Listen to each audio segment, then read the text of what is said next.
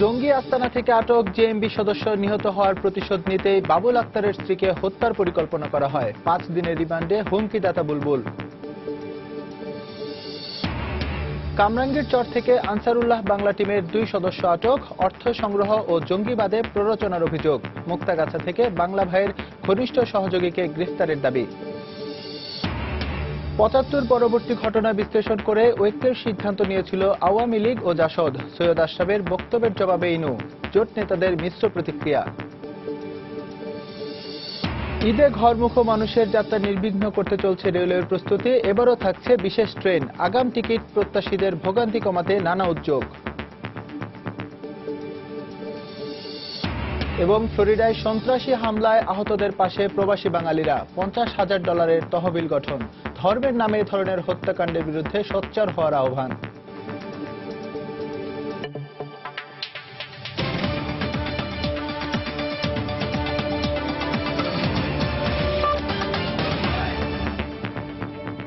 প্রবাসের সময় সঙ্গে আছে আমি এসএম ইকবাল। চট্টগ্রামে পুলিশ কর্মকর্তা বাবুল আক্তারকে হত্যার হুমকি সম্বলিত চিঠির লেখক জেএমবি সদস্য বুলবুল সরকার ওরফে ফুয়াদকে 5 দিনের রিমান্ড মঞ্জুর করেছে আদালত। মঙ্গলবার দুপুরে মহানগর হাকিম হারুনুর রশিদ এই রিমান্ড মঞ্জুর করেন। এর আগে বুলবুলকে আদালতে হাজির করে 7 দিনের রিমান্ড আবেদন করে পিবিআই। শুনানি শেষে 5 দিনের রিমান্ড মঞ্জুর করেন আদালত। সোমবার চট্টগ্রামের বাকুলিয়া থানায় একটি হত্যা মামলায় বুলবুলকে গ্রেফতার দেখায় পুলিশ। সম্প্রতি জঙ্গিদের কাছ থেকে পুলিশ কর্মকর্তা বাবুল আক্তারকে প্রাণনাশের হুমকি সম্বলিত জেএমবি সদস্য বুলবুলের লেখা একটি চিঠি ফাঁস হয়। গত 5 জুন বাবুল আক্তারের স্ত্রী মাহমুদা আক্তার মিতুকে হত্যা করা হয়। এই ঘটনার রহস্য উদ্ঘাটনে ফাঁস হওয়া চিঠির ব্যাপারে তদন্ত শুরু করে পুলিশ। 302-234 দণ্ডবিধি মামলায় তাকে শুনানি দেখাচ্ছিল গত 12/6 এবং আজকে 7 দিনের রিমান্ডের আবেদন ছিল। প্রসিকিউশন পক্ষ তার বিস্তারিত বিবরণ তুলে ধরেন এবং বিস্তারিত শুনে বিজ্ঞ ম্যাজিস্ট্রেট হারুনুর রশিদ 5 দিনের রিমান্ড মঞ্জুর করেন। চট্টগ্রামের কর্ণফুলী এলাকার জঙ্গি আস্তানা থেকে আটক এক জেএমবি সদস্যের নিহত হওয়ার প্রতিশোধ নিতেই বাবুল আক্তারের স্ত্রীকে হত্যার পরিকল্পনা করা হয়। জঙ্গিদের কাছ থেকে একটি চিরকুট ফাঁস হয়ে যাওয়ার পর নানা ধরনের তথ্য পেতে শুরু করেছে পুলিশ। বাবুল আক্তারকে প্রাণনাশের হুমকি সম্বলিত চিরকুট রহস্যের অনুসন্ধানও শুরু করেছে তারা। বিস্তারিত কমলদের রিপোর্টে। ঢাকা পুলিশ হেডকোয়ার্টারে সংযুক্ত থাকা বাবুল আক্তারের স্ত্রী মাহমুদা খাতুন মিতু দুর্বৃত্তদের হাতে নিহত হওয়ার পর একটি চিরকুটের তথ্য আলোচনায় আসে। মিতু হত্যাকাণ্ডের আগে গোয়েন্দাদের কাছে ফাঁস হয়ে যাওয়া এই চিরকুটে ছিল বাবুল আক্তারকে হত্যার প্রত্যক্ষ হুমকি। গত 5 অক্টোবর কর্ণফুলী এলাকার একটি জঙ্গি আস্তানা থেকে ফুয়াদ সহ 5 জনকে আটক করেছিল বাবুল আক্তার। পরদিন ভোরে আরেক অভিযানে নিহত হয় জেএমবি সদস্য জায়েদ। গ্রেপ্তারকৃত বাকি জেএমবি সদস্যদের জিজ্ঞাসাবাদের জন্য চট্টগ্রাম থেকে ঢাকা নেওয়ার পথে বুলবুল সরকারের লেখা 2 পৃষ্ঠা চিরকুটটি ফাঁস হয়ে যায়। চিরকুটে কি লেখা ছিল সেটাও একটা বিষয়বস্তু এবং কার কাছে চিরকুটটা দিয়েছে সেটাও একটা বিষয়বস্তু। সবকিছু মিলেইয়া এই চিরকুটটা এই মুহূর্তে আমি মনে করি তদন্তের একটা একটা ভালো একটা উপাদান এবং এটাকে ক্লু হিসাবে নিয়ে তদন্তকারী কর্মকর্তা যদি আগায় হয়তো এই হত্যা রহস্যের একটা কুলকিরণা পাওয়া যেতে পারে। গোয়েন্দাদের কাছে ফাঁস হয়ে যাওয়া 2 পৃষ্ঠার এই চিরকুটটিতে পুলিশি অভিযানে জায়েদ নিহত হয় এর প্রতিশোধ নিতে আহ্বান জানানো হয়, কিন্তু জঙ্গিরা বাবুল আক্তারের উপর হামলা চালাতে ব্যর্থ হয়। এই অবস্থায় তার মনোবল ভাঙতে তার স্ত্রীকে হত্যা করা হয়েছে বলে ধারণা করছে গোয়েন্দারা। তাই জঙ্গিদের এই ধরনের চিরকুট চালাচালি বন্ধ করতে কঠোর ব্যবস্থা নেওয়ার কথা বলছেন এই নিরাপত্তা বিশ্লেষক। নিরাপত্তার একদম যেটা সবচেয়ে বেশি হাই স্কেল যেটা বা হাই অ্যালার্ট নিরাপত্তা যেগুলি নেওয়া হয় সেটা নেওয়া উচিত। কারণ এই ধরনের চিঠি চালাচালির মাধ্যমে তারা তাদের যেসব টার্গেট আছে সেগুলোকে যেমন সেগুলো নিউট্রালাইজ করার সুযোগ পাবে, অন্যদিকে তাদের নিজেদের মধ্যে আরো বেশি তাদের নিজেদের সংগঠিত করার একটা সুযোগ সৃষ্টি হয়। গত রোববার নগরের জিইসি এলাকায় গুলি এবং ছুরিকাঘাতে হত্যা করা হয় পুলিশ কর্মকর্তা বাবুল আক্তারের স্ত্রী মিতুকে। কমল দে, সময় সংবাদ, চট্টগ্রাম। রাজধানীর কামরাঙ্গীর চরে গোপন বৈঠকের সময় আনসারুল্লাহ বাংলা টিমের 2 সদস্যকে আটকের দাবি করেছে ঢাকা মহানগর গোয়েন্দা পুলিশ। মঙ্গলবার দুপুরে ডিএমপি মিডিয়া সেন্টারে সংবাদ সম্মেলনে কাউন্টার টেরোরিজম ইউনিটের প্রধান জানান, গ্রেফতারকৃতরা সংগঠনের জন্য অর্থ ও নতুন কর্মী সংগ্রহের দায়িত্বে নিয়োজিত ছিল। তিনি বলেন, বর্তমানে দেশে গুপ্ত হত্যার মাধ্যমে অস্থিতিশীল পরিস্থিতি সৃষ্টির যে অপচেষ্টা চলছে তার সঙ্গে জঙ্গি সংগঠনগুলো ছাড়াও কিছু রাজনৈতিক নেতা যুক্ত হয়েছে। খান মোহাম্মদ জমিলের রিপোর্ট। সাম্প্রতিক সময়ে দেশে একের পর এক টার্গেট কিলিং এর জন্য নিষিদ্ধ উগ্রবাদী সংগঠন আনসারুল্লাহ বাংলা টিম ও জেএমবিকে দায়ী করছে আইন শৃঙ্খলা রক্ষা বাহিনী। এই প্রেক্ষাপটে জঙ্গি দমনে শুক্রবার মধ্যরাত থেকে বিশেষ অভিযানে নামে পুলিশ। সেই বিশেষ অভিযানের ধারাবাহিকতায় কামরাঙ্গীর চর থেকে মুজাহিদুল ইসলাম ও আরিফুল ইসলাম সোলাইমানি নামে এই জঙ্গি দলের 2 সদস্যকে গ্রেফতারের দাবি গোয়েন্দা কর্মকর্তাদের। তাদের কাছ থেকে চাপাতি ও উগ্রবাদী বই উদ্ধার করা হয়। গ্রেফতারকৃতদের বিরুদ্ধে কামরাঙ্গীর চর থানায় সন্ত্রাস দমন আইনে মামলা করা হয়েছে। তারা সরাসরি কোনো হত্যাকাণ্ডে যোগদান করেছে এরকম কোনো তথ্য না দিলেও আমরা জানি যে তারা দাওয়াতি কার্যক্রমের সাথে জড়িত এবং সেটা তারা স্বীকারও করেছে। স্লিভার সেলে যারা কাজ করে এরা ফুল টাইম বেতন ভাতা পায়, সেই হিসাবে বিপুল অর্থের প্রয়োজন হয়। সেই অর্থ সংগ্রহের কাজটি তারা দীর্ঘদিন ধরে করে আসছিল। এক প্রশ্নের জবাবে গোয়েন্দা কর্মকর্তা বলেন, টার্গেট কিলিং এর মাধ্যমে দেশে একটি ভীতিকর পরিবেশ সৃষ্টির যে উদ্দেশ্যে কাজ করছে জঙ্গিরা, তার সঙ্গে কিছু রাজনৈতিক নেতার অপতৎপরতার মিল রয়েছে।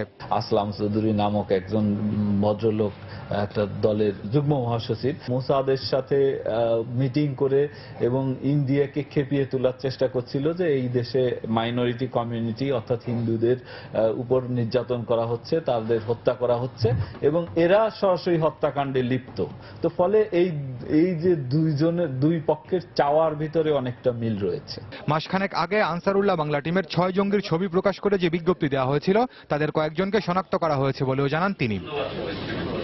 খান মোহাম্মদ রুমেল, সময় সংবাদ, ঢাকা।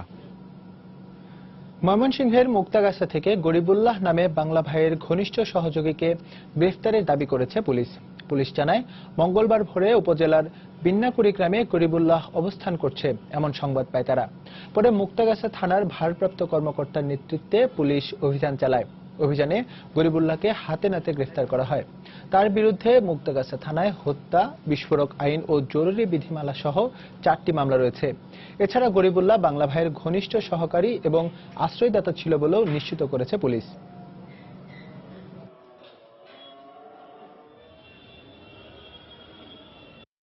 সিদ্দিকুল ইসলাম এলায়েস বাংলা ভাই যাকে বলা হয়ে থাকে, আপনার ওই সময় সালাউদ্দিন সালেহীন, জেএমবিকে যারা নেতৃত্ব দিয়েছে, এদের সাথে তার একটা সংশ্লিষ্টতা ছিল এবং তাদের অনেক মামলাতেই সে তাদের সাথে সহযোগী আসামি হিসেবে আমরা দেখতে পাই। এই কারণে আসলে তাকে আমরা গ্রেফতার করেছি। প্রবেশের সময় আরো থাকছে, রানা প্লাজা ধসের 3 বছর পর আসামিদের বিরুদ্ধে অভিযোগ গঠন, 23 আগস্ট পরবর্তী সাক্ষ্য গ্রহণ। প্রধানমন্ত্রী শেখ হাসিনা অভিযোগ করেছেন, ক্ষমতায় এসে বিএনপি দেশে জঙ্গিবাদ সৃষ্টি করেছিল। মঙ্গলবার রাতে গণভবনে ছাত্রলীগের সঙ্গে এক মতবিনিময় সভায় প্রধানমন্ত্রী অভিযোগ করেন। তিনি বলেন, সরকার সন্ত্রাস ও জঙ্গিবাদকে কোনো অবস্থাতেই প্রশ্রয় দেবে না। 2015 সালে 3টা মাস জীবন্ত মানুষকে কিভাবে তারা পুড়িয়ে মারলো। কোন মানুষের ভিতরে এতটুকু মনুষ্যত্ব থাকলে এইভাবে সাধারণ মানুষকে পুড়িয়ে মারতে পারে না। এই মহিলার মনে কোনো রকম কোনো মনুষ্যত্ব বোধ নাই। আর ক্ষমতা দিয়ে সে কি করবে? ক্ষমতা দিয়ে তো শুধু নিজের ভালো, নিজের অর্থ সম্পদ, নিজের বিলাসিতা। একদিকে দুঃশাসন চালিয়েছে, লুটপাট করেছে, মানি লন্ডারিং করেছে, সন্ত্রাস করেছে, জঙ্গিবাদ সৃষ্টি করেছে। বাংলাদেশকে একটা জঙ্গিবাদী রাষ্ট্রে তারা পরিণত করেছিল। সন্ত্রাস জঙ্গিবাদকে কখনো আমরা প্রশ্রয় দেব না। ছাত্রলীগের একটা দায়িত্ব তোমরা নেবে, সন্ত্রাস জঙ্গিবাদের বিরুদ্ধে জনমত সৃষ্টি করা, শান্তির বাণী প্রচার করা যে আমরা এই সন্ত্রাস জঙ্গিবাদ চাই না, একটা শান্তিপূর্ণ পরিবেশ চাই যাতে আর্থসামাজিক উন্নতিটা দ্রুততার সাথে করা যায়।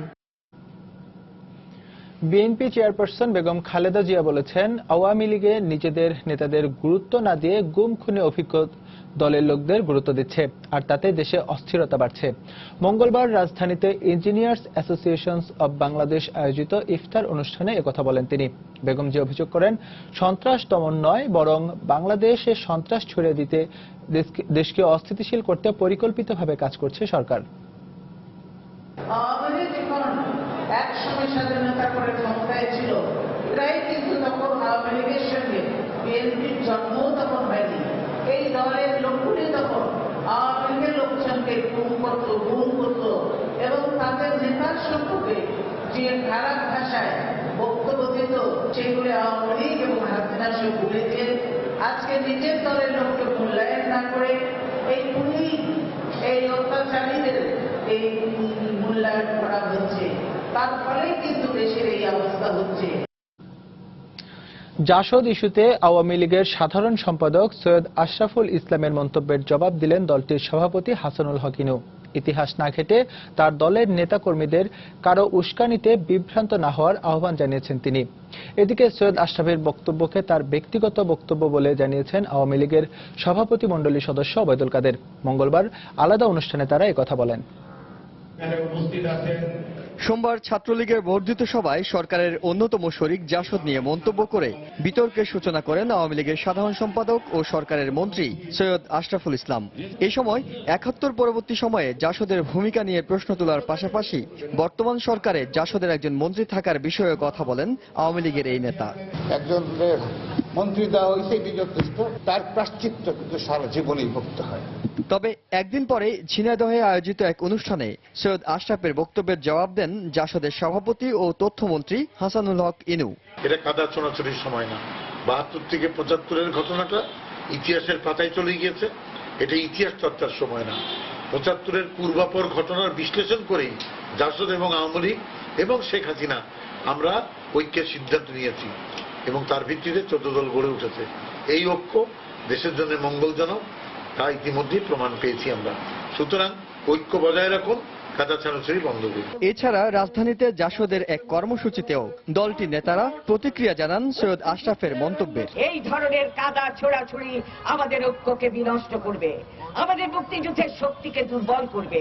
বরঞ্চ আসুন ওই জঙ্গি মোকাবেলা করবার জন্য, নাগরিকের নিরাপদ জীবন তৈরি করবার জন্য, গুপ্ত হত্যা বন্ধ করবার জন্য ১৪ দলের ঐক্যকে আরো শক্তিশালী করি। এদিকে পৃথক এক অনুষ্ঠানে সড়ক পরিবহন মন্ত্রী ওবায়দুল কাদের বলেন সৈয়দ আশরাফের এই বক্তব্য তার ব্যক্তিগত। আমাদের সাধারণ সম্পাদক বিষয়টি তার ব্যক্তিগত মতামত, এটা আমাদের দলের বা সরকারের কোনো সিদ্ধান্ত নয়। এ ধরনের কোনো সিদ্ধান্ত সরকারিভাবেও হয়নি, দলীয়ভাবেও হয়নি। বর্তমান সময়ে জোটের ঐক্য ধরে রাখার উপর গুরুত্ব দেন দুই দলের নেতারা। ইহসান জুয়েল, সময় সংবাদ, ঢাকা। বুড়িগঙ্গা নদী পুনরুদ্ধার প্রকল্প সহ 7টি উন্নয়ন প্রকল্পের অনুমোদন দিয়েছে জাতীয় অর্থনৈতিক পরিষদের নির্বাহী কমিটি একনেক। মঙ্গলবার সকালে শেরেবাংলা নগরের এনইসি সম্মেলন কক্ষে প্রধানমন্ত্রী শেখ হাসিনার সভাপতিত্বে একনেক সভায় এসব প্রকল্পের অনুমোদন দেওয়া হয়। ঢাকা উত্তর সিটি কর্পোরেশনের রাস্তা, ফুটপাত ও ড্রেনেজ ব্যবস্থার সংস্কারের একটি প্রকল্প অনুমোদন দেয় একনেক। প্রকল্পটি বাস্তবায়নের সময় 2018-র ডিসেম্বর নির্ধারণ করা হলেও প্রধানমন্ত্রী তা 1 থেকে 1.5 বছরের মধ্যে বাস্তবায়নের নির্দেশ দেন। এছাড়া মুন্সিগঞ্জের গজারিয়ায় থার্মাল বিদ্যুৎ কেন্দ্র স্থাপন প্রকল্পের জমি অধিগ্রহণের জন্য প্রায় 504 কোটি টাকা অনুমোদন দেওয়া হয় বৈঠক শেষে পরিকল্পনা মন্ত্রী সাংবাদিকদের জানান, বুড়িগঙ্গা নদী পুনরুদ্ধারের প্রকল্পটির প্রথম সংশোধনীতে ব্যয় বেড়েছে প্রায় 200 কোটি টাকা।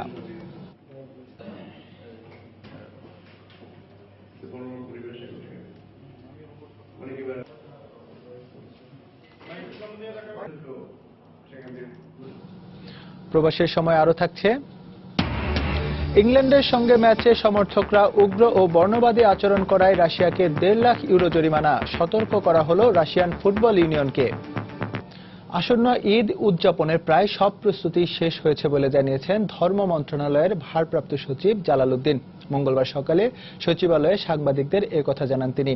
সচিব বলেন, ঈদের দিন দুর্যোগপূর্ণ আবহাওয়া না থাকলে সকাল 8:30টায় জাতীয় ঈদগাহ ময়দানে ঈদের প্রধান জামাত অনুষ্ঠিত হবে। তবে আবহাওয়া খারাপ থাকলে সকাল 9টায় জাতীয় মসজিদ বাইতুল মোকাররমে জামাত হবে বলেও জানান তিনি। প্রতিবারের ন্যায় আমাদের প্রধান জামাত অনুষ্ঠিত হবে জাতীয় ঈদগাহ ময়দানে সকাল 8:30টায়। যদি দুর্যোগপূর্ণ আবহাওয়া বা অন্য কোনো অনিবার্য কারণে জাতীয় ঈদগাহে সকাল 8:30টায় জামাত অনুষ্ঠিত না হয়, তাহলে প্রধান জামাতটি জাতীয় মসজিদ বাইতুল মোকাররমে সকাল 9টায় অনুষ্ঠিত হবে। বাইতুল মোকাররম মসজিদে মোট 5টি জামাত অনুষ্ঠিত হবে। ঈদে ঘরমুখ মানুষের বাড়ি ফেরার নির্বিঘ্ন করতে প্রস্তুতি সম্পন্ন করেছে বাংলাদেশ রেলওয়ে। যাত্রী সেবা বাড়াতে প্রতি বছরের মতো এবারও থাকছে বিশেষ ট্রেন সার্ভিস। ঈদ উপলক্ষে কমলাপুর রেলওয়ে স্টেশনে আগাম টিকিট কিনতে আসা যাত্রীদের কথা বিবেচনায় রেখে এবারও থাকছে বাড়তি সুবিধাও। বিস্তারিত তানিন মেহেদির রিপোর্টে। ট্রেনের টিকিটের জন্য কমলাপুর রেলওয়ে স্টেশনের চিরচেনা এ দৃশ্য বছর ঘুরে আসে শুধু ঈদের সময়। কাঙ্ক্ষিত টিকিট প্রাপ্তি যেন যুদ্ধ জয়ের শামিল। তবে এবছর অগ্রিম টিকিট প্রত্যাশীদের জন্য কিছুটা স্বস্তির খবর আছে। কমলাপুরের কাউন্টারগুলোর সামনে বসানো হচ্ছে বৈদ্যুতিক পাখা। পবিত্র ঈদ উল ফিতর উপলক্ষে যাত্রীদের সুবিধার্থে আমরা এই ফ্যানগুলো লাগাচ্ছি, যেহেতু যাত্রীরা প্রচুর পরিমাণে ভিড়ের জায়গা জমায়। লাইন টানতেছি, এই ফ্যান বসাইতেছি, এখন আপাতত বৃষ্টি আইছে। ছোটখাটো সংস্কারের পাশাপাশি শেষ হয়েছে প্ল্যাটফর্মগুলোতে সৌন্দর্য বর্ধনের কাজও। অসম্পূর্ণ কাজগুলো রয়েছে শেষ পর্যায়ে। রাতের কাজ হয়ে গেছে, এখন রঙের কাজ চলছে। রঙের কাম তো এই মাসটা ফুলফুলি চলবে আর কি, ঈদের আগে কমপ্লিট। অর্ধেক কাজ হয়ে গেছে, এখন অর্ধেক দিকে কাজ চলে, পরে যাইব ওই টিকিট কাউন্টার ওই সামনে। যাত্রী সেবা বাড়াতে ঈদ মৌসুমে ঢাকা চট্টগ্রাম রুটে নতুন ট্রেন যোগ হচ্ছে বলে জানালেন কমলাপুরের স্টেশন ম্যানেজার। 9টার পরিবর্তে 8টায় টিকিট দেওয়া শুরু করব। আশা করি প্রতি বছরের মতো এবারও মানুষ লাইনে দাঁড়িয়ে সুষ্ঠুভাবে টিকিট সংগ্রহ করতে পারবে। 25 তারিখ থেকে একটা নতুন ট্রেন ঢাকা চট্টগ্রাম দিকে আমরা প্রবর্তন করে যাচ্ছি। আগামী 22 জুন থেকে রেলের অগ্রিম টিকিট বিক্রি শুরু হবে। তানিম মেহেদি, সময় সংবাদ, ঢাকা। রাশিয়ার সঙ্গে শিগগিরই রূপপুর পারমাণবিক বিদ্যুৎ কেন্দ্র নির্মাণ চুক্তি স্বাক্ষরিত হবে বলে জানিয়েছেন পররাষ্ট্রমন্ত্রী এইচ মোহাম্মদ আলী। মঙ্গলবার সন্ধ্যায় রাজধানীর গুলশানে রাশিয়ান এম্বাসিতে দেশটির প্রজাতন্ত্র দিবস উপলক্ষে আয়োজিত অনুষ্ঠানে একথা বলেন তিনি। অনুষ্ঠানে বেসামরিক বিমান ও পর্যটন মন্ত্রী রাশেদ খান মেনন, সংস্কৃতি মন্ত্রী আসাদুজ্জামান নূর ও পররাষ্ট্র প্রতিমন্ত্রী মোহাম্মদ শাহরিয়ার আলম সহ দুদেশের বিশিষ্টজনরা উপস্থিত ছিলেন। রাশিয়ার প্রজাতন্ত্র দিবসের অনুষ্ঠানে যোগ দেওয়ার জন্য ঢাকায় নিযুক্ত রাশিয়ান রাষ্ট্রদূত আলেকজান্ডার ইগানাতভ সবাইকে শুভেচ্ছা জানান।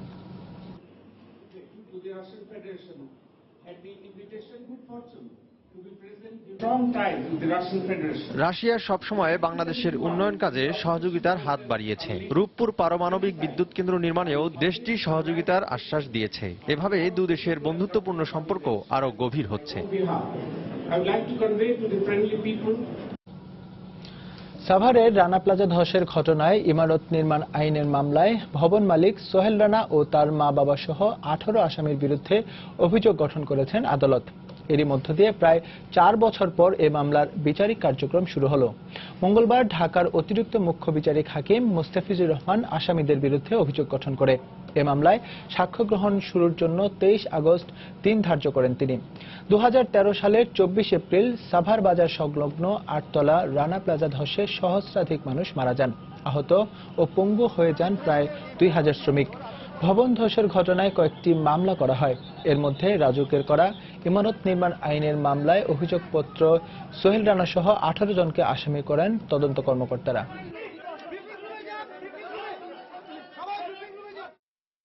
তো বিজ্ঞ আদালত উভয় পক্ষের বক্তব্য শুনে আসামিদের অব্যাহতি সংক্রান্ত দরখাস্তগুলো নামঞ্জুর করেছেন এবং নামঞ্জুর করে আসামিদের বিরুদ্ধে সংশ্লিষ্ট ধারায় চার্জ গঠন করেছেন এবং ঢাকার অতিরিক্ত chief judicial magistrate Mustafizur Rahman আগামী 23/8 এই মামলায় রাষ্ট্রপক্ষের সাক্ষ্য গ্রহণের জন্য তারিখ নির্ধারণ করেছেন। মরা মুরগি বিক্রি করায় রাজধানীর মালিবাগে এক রেস্টুরেন্ট মালিককে 3 লাখ টাকা জরিমানা এবং 2 মুরগি বিক্রেতাকে 3 মাসের বিনাশ্রম কারাদণ্ড দিয়েছে ভ্রাম্যমাণ আদালত। মঙ্গলবার দুপুরে মালিবাগ মৌচাক এলাকায় ডিএমপির নির্বাহী ম্যাজিস্ট্রেট মশিউর রহমান এই অভিযান পরিচালনা করেন। প্রথমে মালিবাগ কাঁচা বাজার থেকে 2-3 মণ মরা মুরগি ও পচে যাওয়া গরুর মাংস জব্দ করা হয়।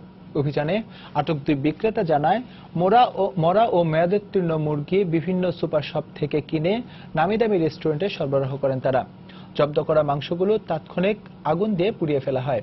পরে ভ্রাম্যমাণ আদালত মৌচাকে মা রাধুনী রেস্টুরেন্টে অভিযান চালিয়ে সেখান থেকে 5-6 কেজি পচা মাংস উদ্ধার করে রেস্টুরেন্ট মালিককে আটক করে 3 লাখ টাকা জরিমানা করা হয়।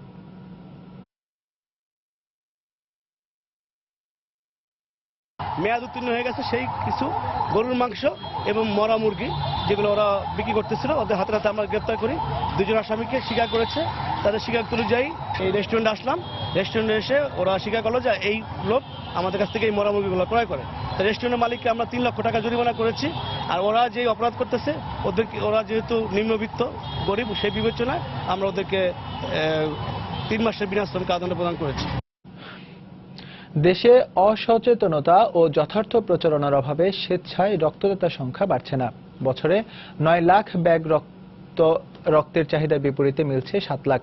এর মধ্যে 30% আসে স্বেচ্ছায় রক্তদাতাদের কাছ থেকে, বাকি 70% আসে আত্মীয় ও পেশাদার রক্তদাতাদের কাছ থেকে। আর এসব রক্ত সঠিকভাবে পরীক্ষা না হয় পরিসঞ্চালনের পর দেখা যায় নানা জটিলতা। বিস্তারিত জানাচ্ছেন ফেরদৌস লিপি। আকিব ও সাকিব দুই ভাই, দুজনেই থ্যালাসেমিয়ায় আক্রান্ত।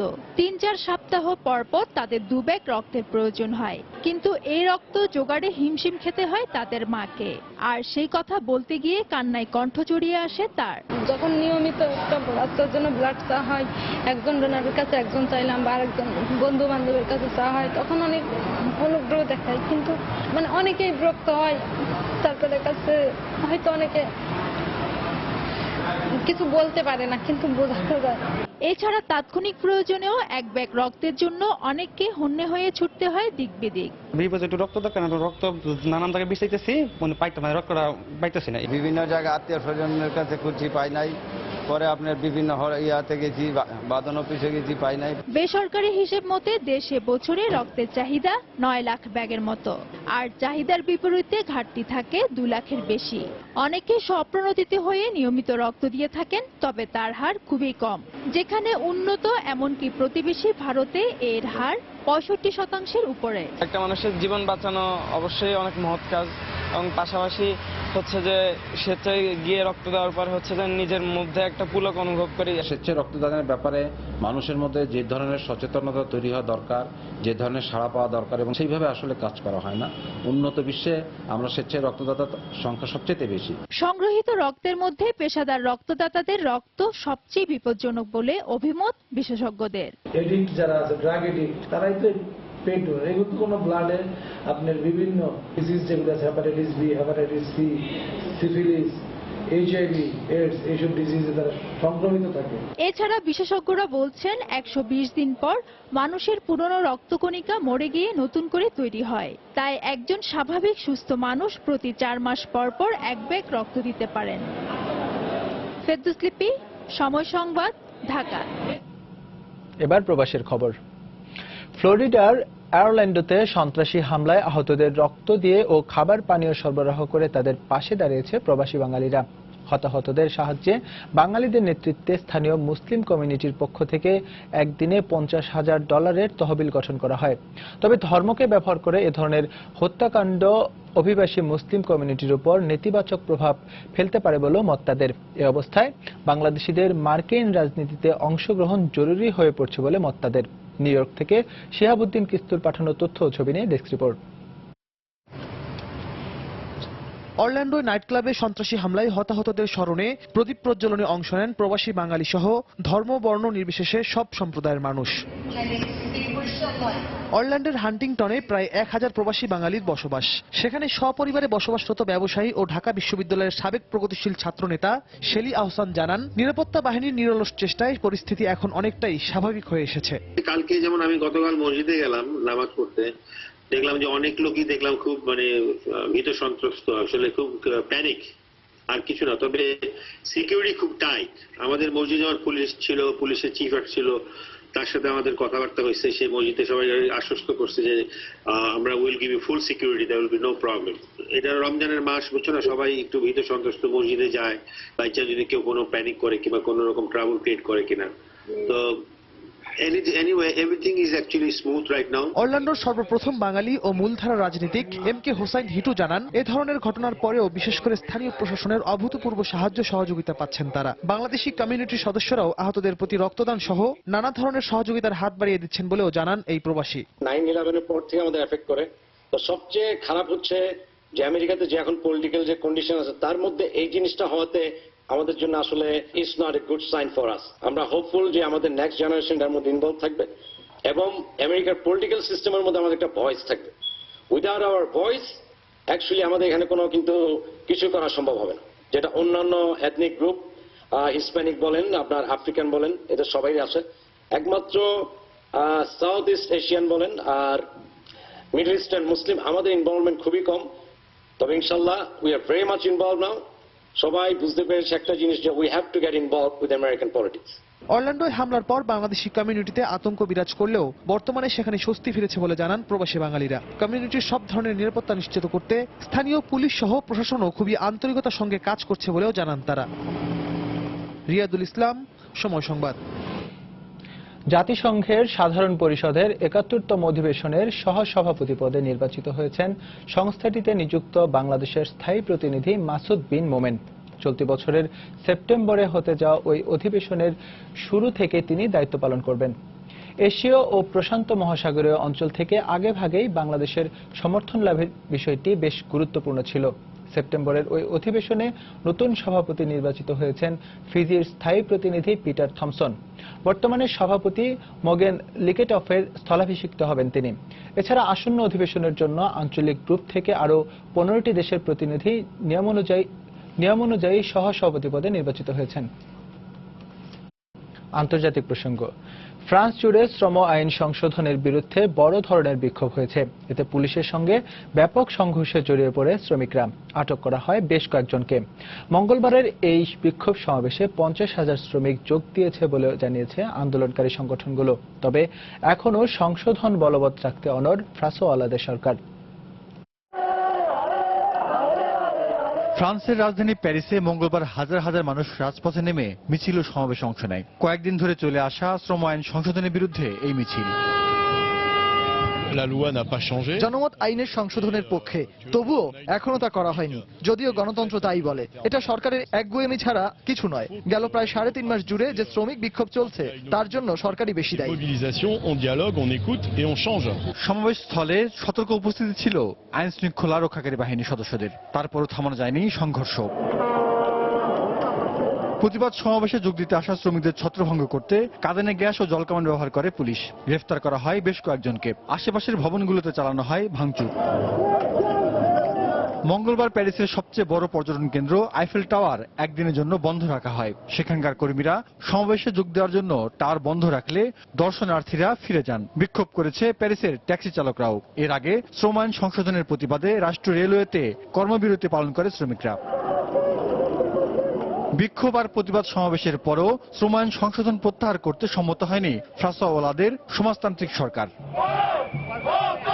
শ্রম আইন সংশোধনের বিরুদ্ধে গেল মার্চ থেকে শুরু হওয়া এই বিক্ষোভে মঙ্গলবারের সমাবেশকে এখন পর্যন্ত সবচেয়ে বড় শক্তির প্রদর্শনী বলে জানিয়েছে আন্দোলনরত সিজিটি লেবার ইউনিয়ন।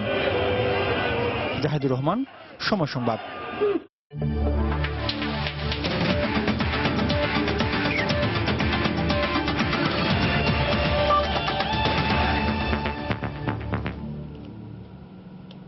খেলার খবর।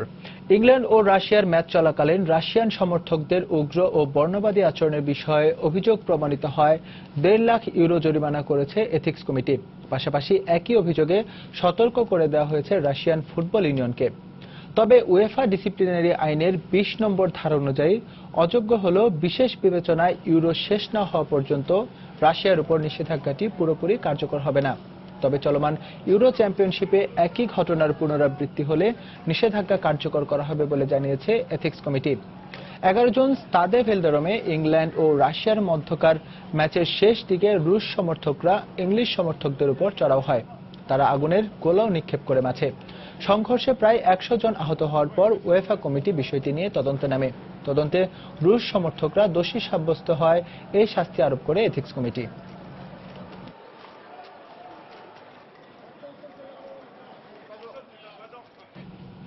কোপা আমেরিকার খবর। কোয়ার্টার ফাইনাল নিশ্চিত হয়েছে আগেই, তবুও বলিভিয়ার বিপক্ষে এই ম্যাচে কোনো ছাড় দিতে নারাজ 14 বারের চ্যাম্পিয়ন আর্জেন্টিনা। সিয়াটলের সেঞ্চুরি লিংক ফিল্ড স্টেডিয়ামে আর্জেন্টিনা বলিভিয়া ম্যাচটি শুরু হবে বুধবার বাংলাদেশ সময় সকাল 8টায়। গ্রুপের আরেক ম্যাচে কোয়ার্টার ফাইনালে ওঠার মিশনে পানামার মুখোমুখি হবে চিলি। ফিলাডেলফিয়ায় এই ম্যাচটি শুরু হবে একই দিন ভোর 6টায়। সৃষ্টিকর্তা বিশ্ব ফুটবলে তাকে দুহাত ভরে দিয়েছেন। ক্লাব ফুটবলে বার্সেলোনার হয়ে একের পর এক অর্জন। 5 বারে ব্যালন ডিওর জয়ী। কি নেই তার ঝুলিতে? শুধু একটা জায়গায় আক্ষেপ লিওনেল মেসির, আর এই আগুনে প্রতিনিয়ত জ্বলছেন। জন্মভূমি আর্জেন্টিনার হয়ে এখনো জিততে পারেননি বড় কোনো শিরোপা। 2014 সালের বিশ্বকাপে জার্মানির কাছে হেরে নিজে তো কেঁদেছেন, তার সঙ্গে কেঁদেছে সমর্থকরাও। গেল বছর কোপা আমেরিকার ফাইনালে চিলির কাছে হেরে আবারও স্বপ্নভঙ্গের বেদনা সঙ্গী হয়েছে মেসির। এবার শতবর্ষী কোপায় কি হবে 23 বছরের প্রতীক্ষার অবসান? বয়সটা আর কদিন পর 28 পেরিয়ে হবে 29, এবার না হলে আর হবে কবে? তবে শতবর্ষী কোপায় আলবি সেলেস্তেদের শুরুটা হয়েছে দুর্দান্ত। প্রথম ম্যাচে চিলির বিপক্ষে 2-1 গোলের জয়। পরের ম্যাচে ইনজুরি থেকে ফিরে আলো ছড়িয়েছেন মেসি। অগাস্টো ফার্নান্দেজের বদলি হিসেবে নেমে হ্যাট্রিক করেছেন এই খুদে জাদুকর। আর পানামাকে 5-0 গোলে বিধ্বস্ত করে কোয়ার্টার ফাইনালে পা রেখেছে আর্জেন্টিনা। এবার বলিভিয়াকে হারিয়ে অপরাজিত হয়ে গ্রুপ চ্যাম্পিয়ন হওয়ার লক্ষ্য মেসিদের। ম্যাচটা নিয়ম রক্ষার হলেও কোনো ছাড় দিতে নারাজ আলবি সেলেস্তেরা। ফর্মে ফিরেছেন দলের প্রাণভোমরা মেসি। গেল 2 ম্যাচে গোল পেয়েছেন বানেগা, ডি মারিয়া, ওতামেন্দি ও আগুয়েরো। দলের ছোটখাটো ইনজুরি ছাড়া বড় কোনো সমস্যা নেই। সবার ফিটনেস নিয়ে বেশ সন্তুষ্ট কোচ তাতা মার্টিনো। প্রতিপক্ষ বলিভিয়ার জন্য ম্যাচটা শুধুই আনুষ্ঠানিকতার। গ্রুপে পানামা ও চিলির কাছে হেরে এরই মধ্যে বিদায় নিশ্চিত হয়ে গেছে তাদের। তবুও শেষটা অন্তত ভালোভাবে করে যেতে চায় তারা। ফিফা র্যাঙ্কিং ও দু দলের অতীত পরিসংখ্যানে বলিভিয়ার চেয়ে বেশ এগিয়ে আছে আর্জেন্টিনা। কোপা আমেরিকায় এর আগে 40 বার অংশ নিয়ে 14 বার চ্যাম্পিয়ন হয়েছে আলবি সেলেস্তেরা। সে তুলনায় 24 বারের অংশগ্রহণে 1963 সালে একবার চ্যাম্পিয়ন হয়েছে বলিভিয়া। শেষ 5 দেখায় 3 বার জিতেছে মেসিরা। 2 জয় আছে বলিভিয়ার। ডি গ্রুপের আরেক ম্যাচে বর্তমান চ্যাম্পিয়ন চিলির মুখোমুখি হবে পানামা। এই ম্যাচের বিজয়ী দল গ্রুপ রানার্স আপ হয়ে পাবে কোয়ার্টার ফাইনালের টিকিট। তবে ড্র করলেও চলবে চিলির। দু দলের কোপা আমেরিকায় এটাই প্রথম দেখা। শেষ 3টি প্রীতি ম্যাচে জিতে আত্মবিশ্বাসে তুঙ্গে আছে আর্তুরো ভিদালরা। এই ম্যাচে তাই পানামার চেয়ে কিছুটা হলেও এগিয়ে থাকবে চিলি। পারভিন আক্তার, সময় সংবাদ। এ পর্যায়ে শীর্ষ সংবাদ জানিয়ে দিচ্ছি আরেকবার। জঙ্গি আস্তানা থেকে আটক জেএমবি সদস্য নিহত হওয়ার প্রতিশোধ নিতে বাবুল আক্তারের স্ত্রীকে হত্যার পরিকল্পনা করা হয়। 5 দিনের রিমান্ডে হুমকিদাতা বাবুল। কামরাঙ্গীর চর থেকে আনসারুল্লাহ বাংলা টিমের 2 সদস্য আটক। অর্থ সংগ্রহ ও জঙ্গিবাদে প্ররোচনার অভিযোগ। মুক্তাগাছা থেকে বাংলা ভাইয়ের ঘনিষ্ঠ সহযোগীকে গ্রেফতারের দাবি। 75 পরবর্তী ঘটনা বিশ্লেষণ করে ঐক্যের সিদ্ধান্ত নিয়েছিল আওয়ামী লীগ ও জাসদ। সৈয়দ আশরাফের বক্তব্যের জবাবেই জোট নেতারা মিশ্র প্রতিক্রিয়া। ঈদে ঘরমুখ মানুষের যাত্রা নির্বিঘ্ন করতে চলছে রেলের প্রস্তুতি। এবারও থাকছে বিশেষ ট্রেন। আগাম টিকিট প্রত্যাশীদের ভোগান্তি কমাতে নানা উদ্যোগ। এবং ফ্লোরিডায় সন্ত্রাসী হামলায় আহতদের পাশে প্রবাসী বাঙালিরা। $50,000 তহবিল গঠন। ধর্মের নামে এ ধরনের হত্যাকাণ্ডের বিরুদ্ধে সোচ্চার হওয়ার আহ্বান। এই ছিল প্রবাসের সময়ের এখনকার আয়োজনে। যে কোনো খবর পেতে ভিজিট করুন সময়নিউজ.tv। যে কোনো বাংলা লিংক, রবি ও সিটিসেল নম্বর থেকে সময় সংবাদের খবর, অনুষ্ঠান সূচি জানতে এবং যে কোনো তথ্য সময় সংবাদকে জানাতে ডায়াল করুন 16242 নম্বরে। এছাড়া এইমাত্র পাওয়া খবর আপনার মোবাইল ফোনে পেতে SMS করুন *SN লিখে পাঠিয়ে দিন 16242 নম্বরে। সঙ্গে থাকুন সময়ের।